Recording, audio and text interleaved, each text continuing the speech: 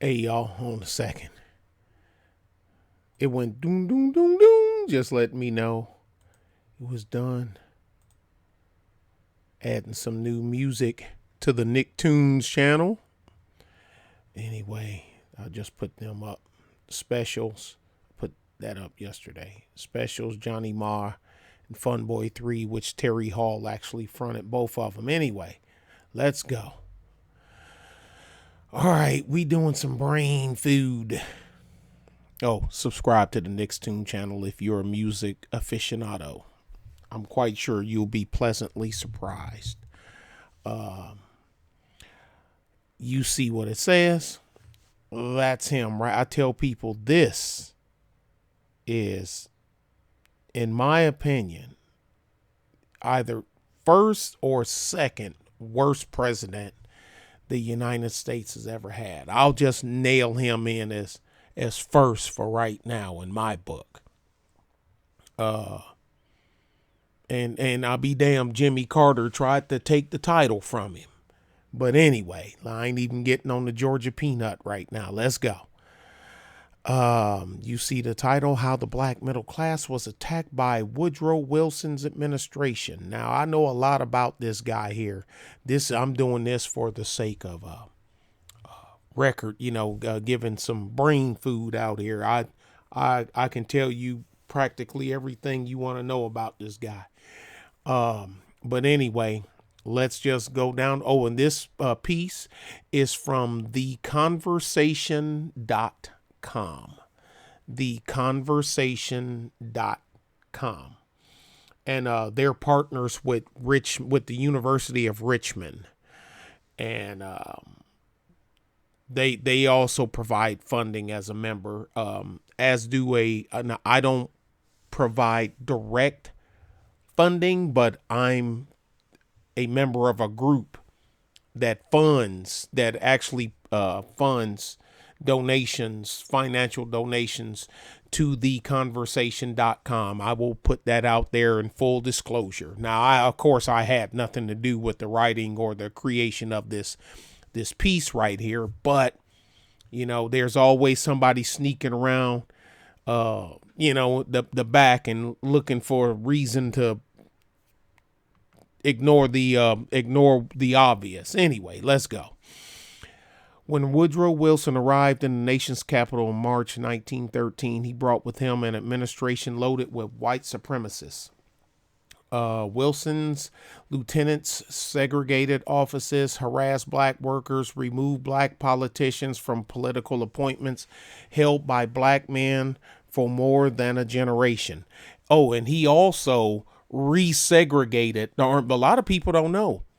Yeah, you still had bad stuff, black, but the army wasn't it wasn't segregated.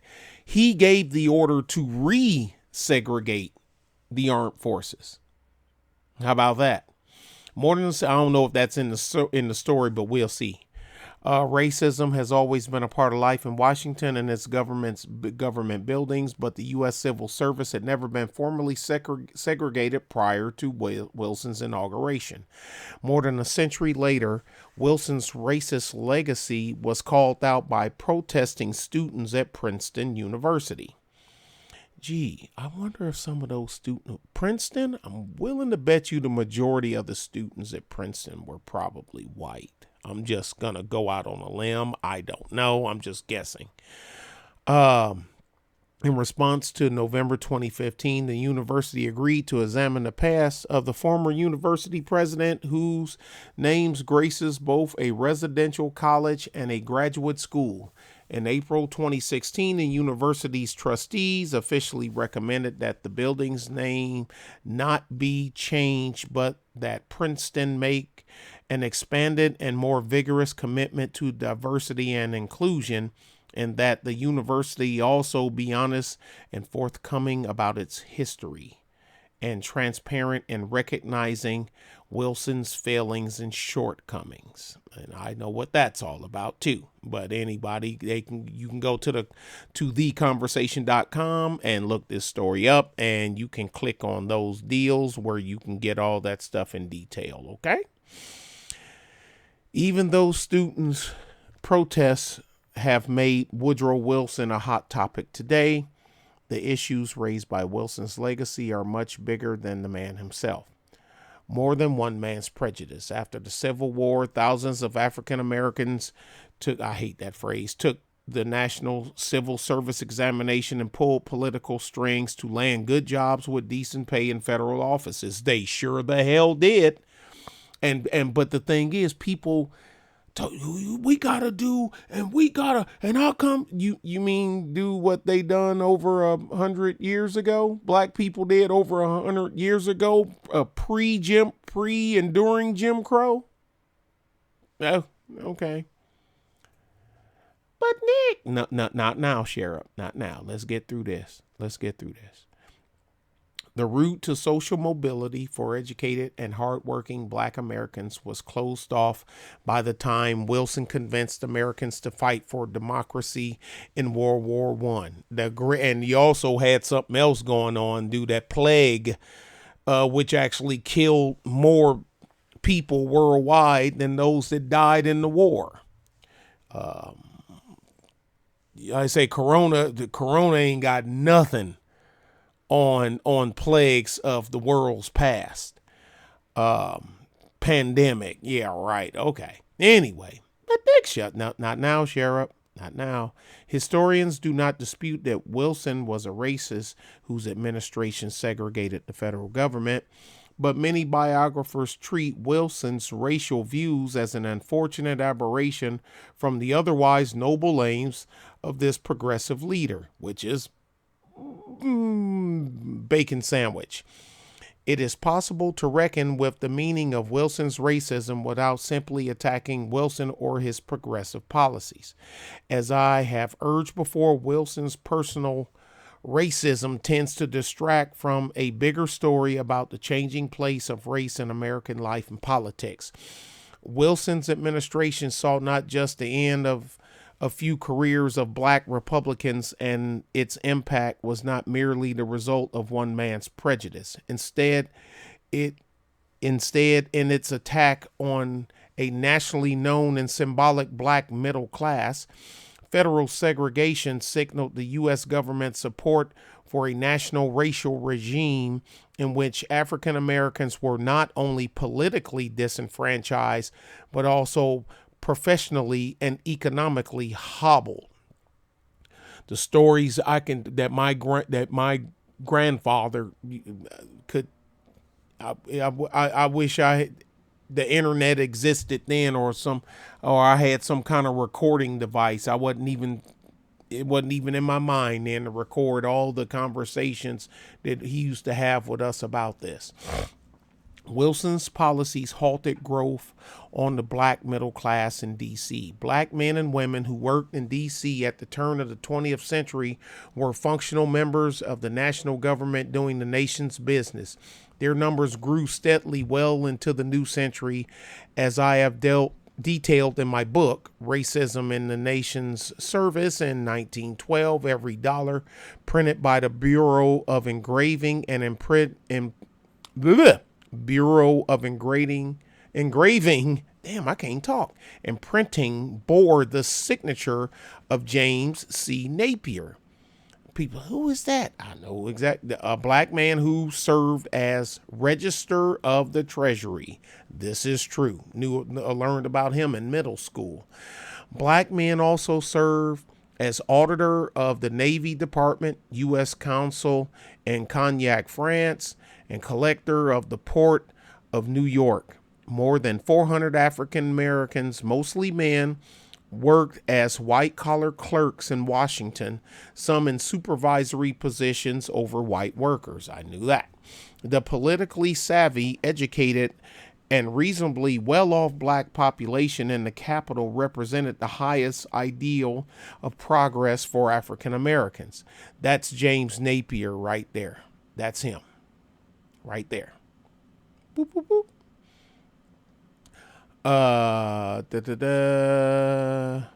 The decent salaries of government clerks supported a full and dynamic life in a capital city with comparatively little racial discrimination. Washington was an island of possibility for ambitious black men and women at the time when racism cordoned them off from most of the economy and set ceilings on the jobs they could get. Never free of racism or hardship, D.C. and its federal offices offered nonetheless a promising future for African Americans in a nation in which disenfranchisement, peonage, violence, and terror were becoming the hallmarks of black life. Yeah, especially in the Dixiecrat South. Well, actually everywhere then, and then it kind of morphed. They kind of tamped it down in the Midwest. And the ones that didn't change, they went back to the South. But that's a whole different story. Egalitarianism in Washington was becoming more difficult as Theodore Roosevelt began his second administration in 1905. White Republicans had begun to acknowledge the disconnect between the Southern electorate, by then almost entirely white and Democratic, and the national prominence of black Republicans from the South.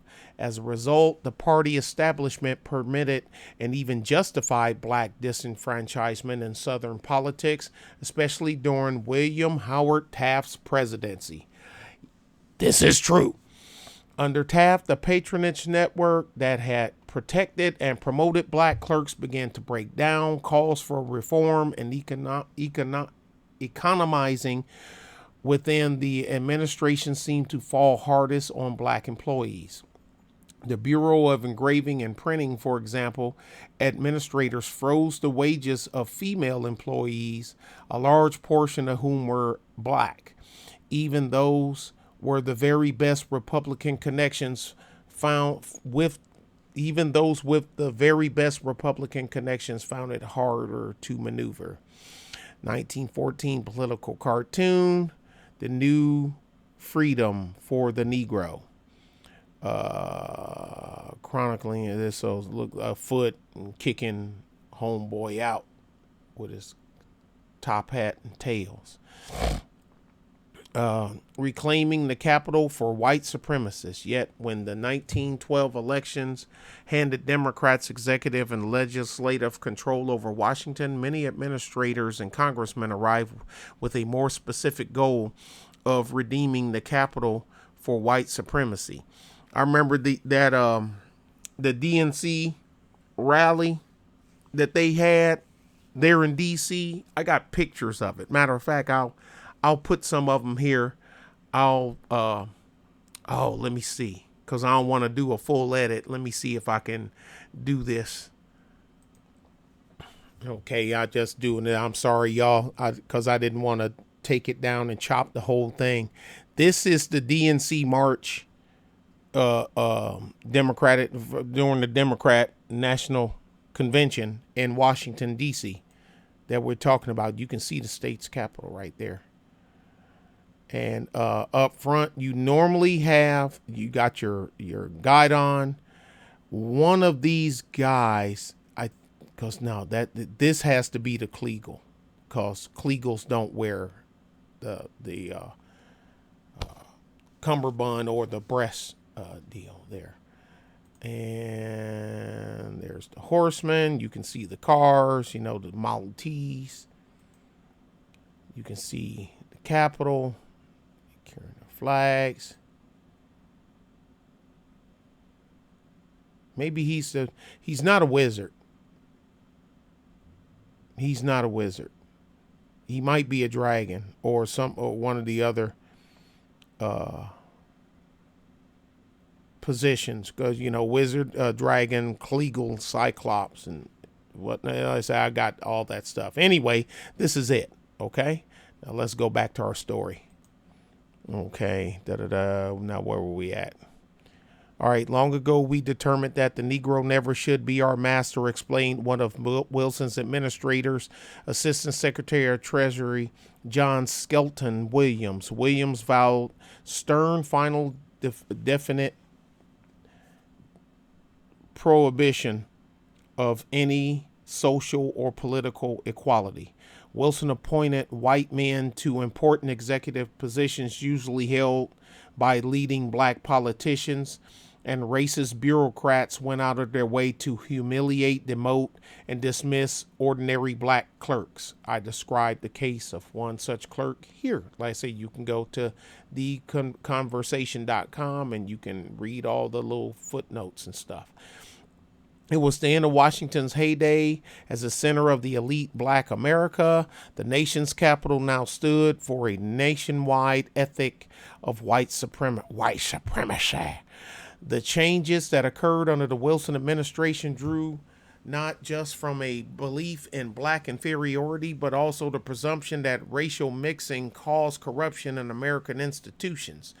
African American blacks needed to be kept down because they were troublesome to the proper functioning of American society. Even though they were functioning, everything was fine until y'all pulled that suckheaded stunt.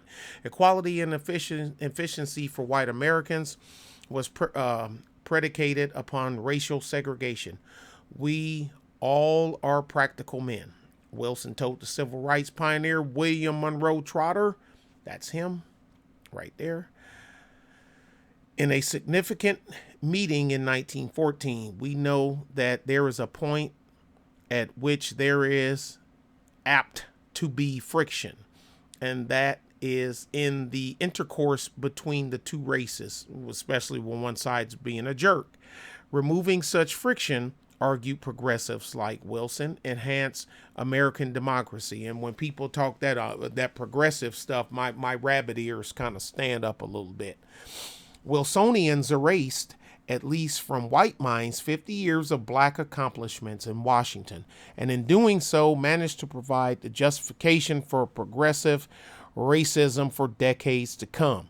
Even when Republicans returned to power in 1921, administrators continued to explain away discrimination under the mantle of good government and administrative necessity.